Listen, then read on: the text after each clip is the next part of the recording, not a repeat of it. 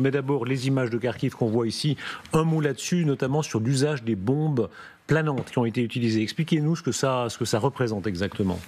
Les bombes planantes sont des bombes à très haute puissance qui coûtent beaucoup moins cher que les missiles, et qui sont plus difficiles à intercepter, semble-t-il, et voilà, qui font plus de casse.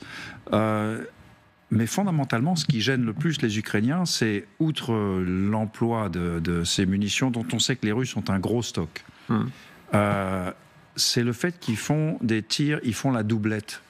C'est-à-dire que 15 minutes, une demi-heure après le premier impact, ils en tirent un deuxième, ce qui a pour effet de flinguer les pompiers, les infirmiers, les personnels, les urgentistes, enfin tout ce qui est premier secours.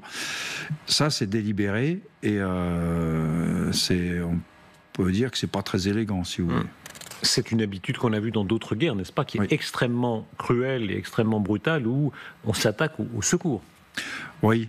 Alors, on peut le concevoir dans un contexte de guerre entre armées. Je veux dire par là, vous bombardez une position d'artillerie, 15 minutes après, vous tirez à nouveau. Ce sont des infirmiers militaires, ce sont des infirmiers quand même, mais il y a aussi les mécaniciens, les gars qui vont chercher à dégager les engins, etc. Donc, entre armées, à la limite, ça fait partie de la tactique. Le faire délibérément à l'égard des civils, ça, c'est ignoble. Mais le mot russe est devenu quasiment synonyme de ignoble, maintenant, dans leur façon de faire la guerre depuis 2 ans.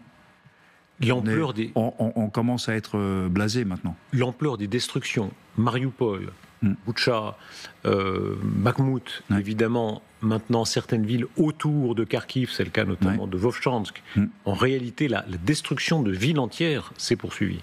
Oui, alors, la destruction de Kharkiv et celle de Vovchansk, je pense que c'est pas la même logique. Non, Vovchansk, pour l'instant, on peut parler de destruction. C'est parce qu'il voudrait s'en emparer. Il voudrait continuer vers le sud. Donc Vovchansk est une résistance qu'il cherche à briser, alors que Kharkiv, je pense qu'ils n'ont aucune intention d'y aller. Ils se contentent de casser.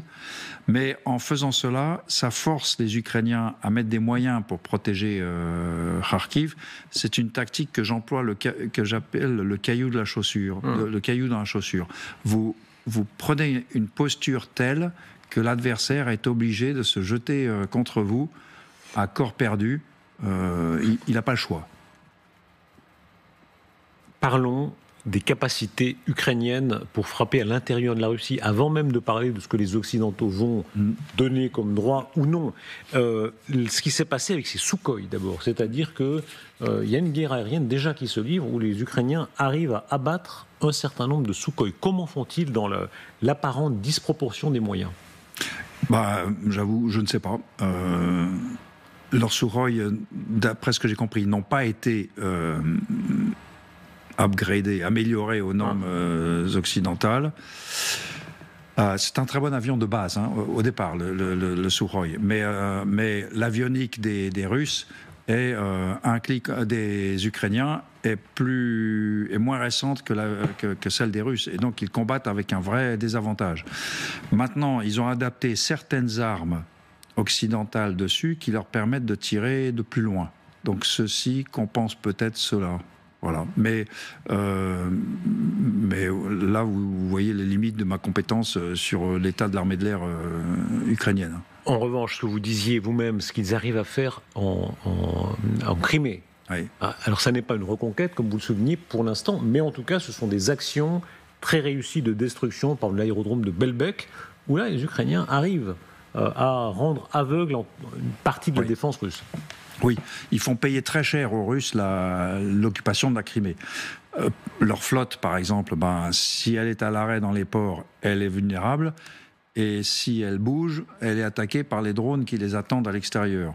Le pont de Crimée, semble-t-il, n'est plus la voie logistique qu'il était au début, parce que sa structure a été endommagée. Bref, la Crimée, de plus en plus, devient un poids mort pour Poutine. Ça peut durer longtemps. En tout cas, ce n'est plus un gain stratégique, la Crimée. Autre réussite du point de vue des Ukrainiens, c'est ce qui frappe les capacités pétrolières. Et je veux dire que c'est un des chiffres les plus surprenants qui a été donné. On entendait souvent sur ces plateaux dire, c'est symbolique, mais enfin ça n'a pas beaucoup d'effet, il y a un drone qui aboutit dans telle raffinerie, il y a un incendie, ça fait des images fortes, point. Non, non, non, c'est beaucoup plus que ça.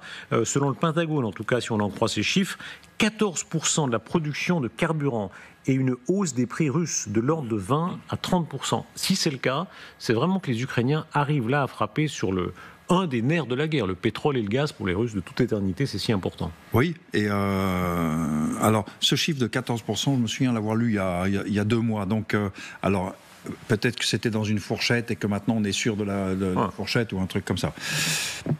Ça a plusieurs impacts. D'abord, ça énerve beaucoup Poutine.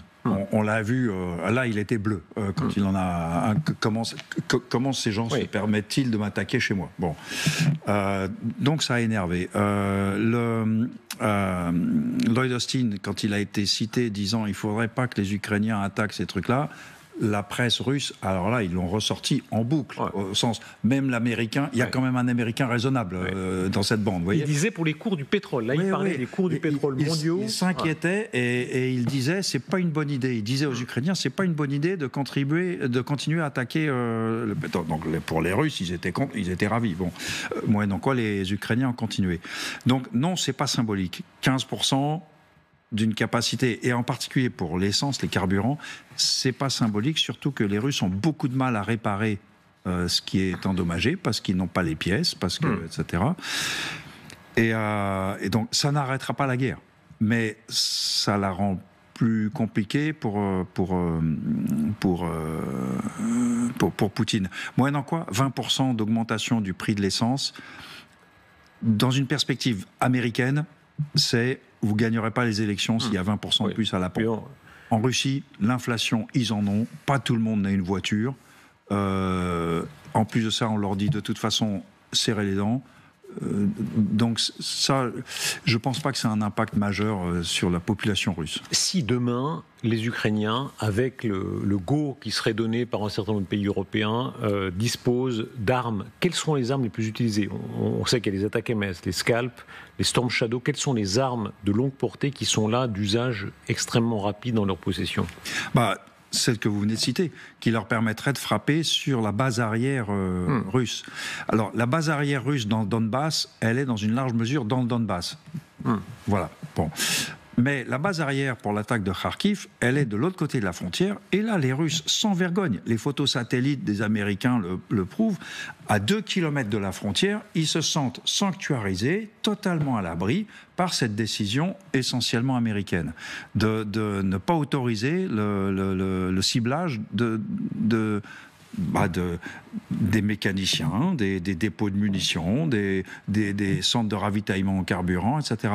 Là, c'est dégueulasse qu'on ne donne pas aux Ukrainiens l'autorisation d'utiliser ces armes pour frapper des cibles militaires, parce que les Ukrainiens, jusqu'à présent, frappent des cibles militaires ou d'impact militaire. Regardons ces images, n'est-ce pas, là, sur les portées, l'HIMARS, le Storm Shadow, Scalp et l'attaque MS. En réalité, il y a certains centres, je crois que Rostov n'apparaît pas, mais c'est évidemment un très grand centre névralgique pour l'armée russe. Il y a plein de cibles militaires qui pourraient atteindre très vite. Oui, et avec un effet direct sur le front. Une moindre pression russe sur le front, en particulier à Kharkiv. Et par exemple, les bandes planantes, si les avions sont obligés de partir de plus loin et que, ils en verront moins, c'est mécanique. Ils ont ces moyens. Alors, le Storm Shadow, Scalp Storm Shadow, c'est une arme très performante, très puissante, mais elle est, si j'ose dire, réservée à une certaine élite de cibles. On ne va pas bombarder une caserne avec 130 soldats avec un Storm Shadow. Alors que le Attack MS ou le HIMARS, eux, sont entre guillemets suffisamment tout venants pour être utiles sur un grand nombre de cibles.